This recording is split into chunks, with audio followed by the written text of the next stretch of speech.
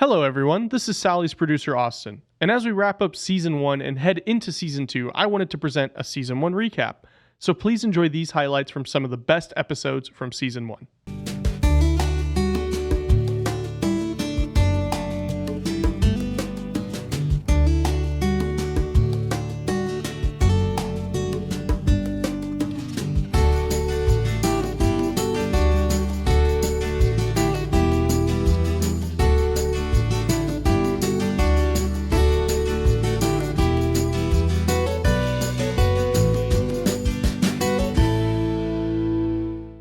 There's a big truck and this guy opens up a door and I lift the girls in and I just start lifting people into this truck. And there were people who followed me. I didn't know this. I had no idea, but I just stood there putting people in the truck. And then even there was a couple who told me, like a year ago, they followed me, but hid behind the tires. They didn't want to be in the truck. They wanted to see what was coming. Mm-hmm. And so I get inside. And what felt like forever was 5 minutes. And it was 5 minutes because we were in a refrigerator truck and everybody is hunkered down. And I'm telling them to be quiet. There's a girl screaming bloody murder. There's a guy pounding on the walls, screaming out, ISIS this, whatever. You walked in with the lesions. Yeah. Put the hospital gown on with the lesions. Yeah. And then when the doctor came in and lifted up my gown, he said, it looks like the treatment worked because there's no lesions on your body. Oh, my God. Wow. Yeah. Wow. And so then what was my response? I have got to quit my job. Yeah. Normal people don't say that. My response was like, oh, my gosh, I have to quit my job. Yeah. Because it's my job to make the glory of God known through my healing and through my sickness, either way. And so I walked in and I submitted my resignation and quit my job and didn't know what I was doing. Yeah. But I did. Like I had a vision of that dream space, right? When you said you lost your friends mm-hmm. and you were being isolated, was that by your design or his design? I think at the time it would have been very, it's cloudy. It's hard to tell. I think I was so infatuated with him and wanted to please him so much that I was giving up on the things that I desired. So I was giving up things to make him happy, which I don't even know if he was really asking me to do that. That's the sad part. Where did your resiliency come from to do that? Like to just progress forward knowing that you guys are just hanging on to hopes?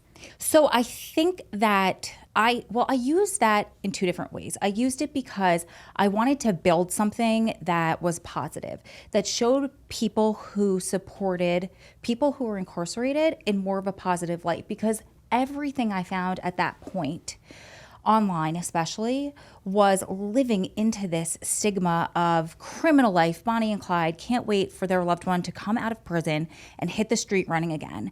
And I thought there has to be a better way.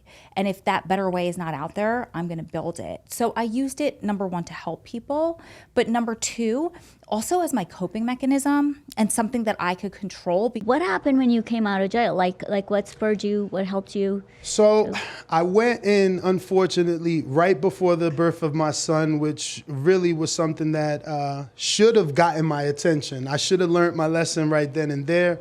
That probably would have helped things, but it didn't. And, the journey continued. I'm okay with that. I'm heavily influenced by this rapper named Jay-Z, and, he had a song called You have to learn to live with regrets. And that's what I did.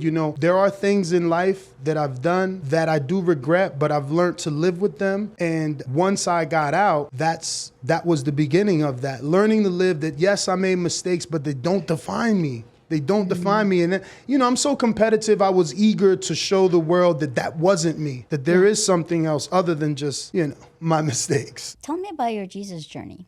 Well, I grew up in the church, and I always grew up feeling connected to God. I never felt separate from him until these things started happening. Actually, I started questioning my faith way before that because I grew up with some wacky shit. But that was man, that wasn't God. And I learned how to separate the two. but it was human behavior that started making me question my faith, and I just thought it was God, you know. And once I went through some abuse and stuff like that, I stopped going to church, but I never really like stopped talking to him, I guess you could say. I guess I stopped practicing in the traditional sense, but like I would talk to him all day long. I just wouldn't kind of acknowledge it sometimes. And anytime I was really going through a difficult thing, I would always ask for prayer. A string of armed robberies, terrible, terrible decisions.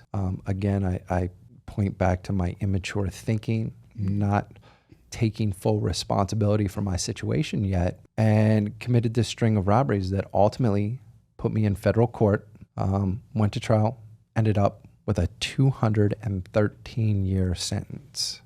What do you do like to, I can't say earn, like what's the word? I don't even have the words. Like it's so shocking, 213 years. What added up to the 213 years? The 213 years was the result of mandatory minimum sentences. For each crime, I committed 9 crimes over the course of 3 weeks.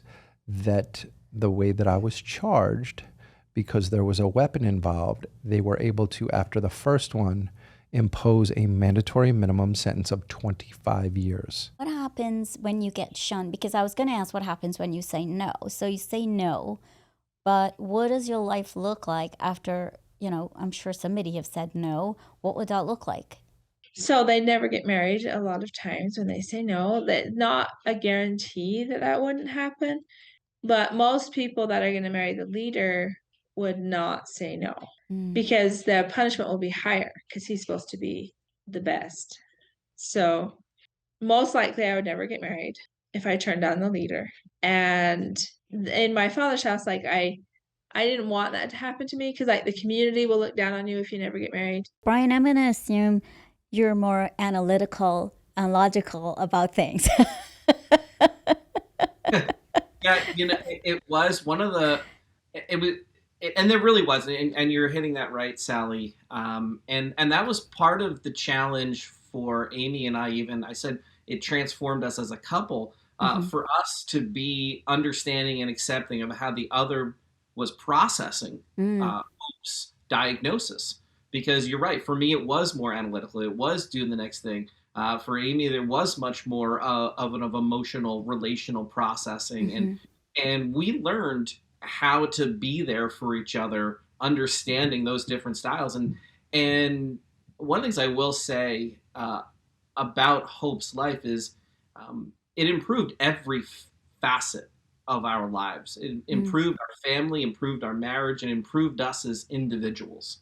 What keeps your mindset steely in that sense, where you don't worry about, it doesn't matter what the outcome is? I think it's through experience of standing up for myself and learning how to not be a man pleaser. So I think it's impossible to be a man pleaser and to be truly liberated and happy because you're never really putting yourself first. You're always worried about how other people are feeling. And there's nothing wrong with being compassionate, empathetic, a good person, setting yourself aside for other people. We should all have those qualities.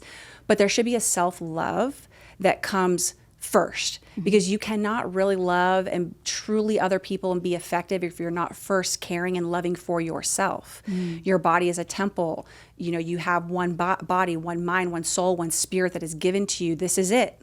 And if you don't care for it, take care of it, and value it, how can you truly be filled up to give? And you cannot pour out of an empty cup. That's right.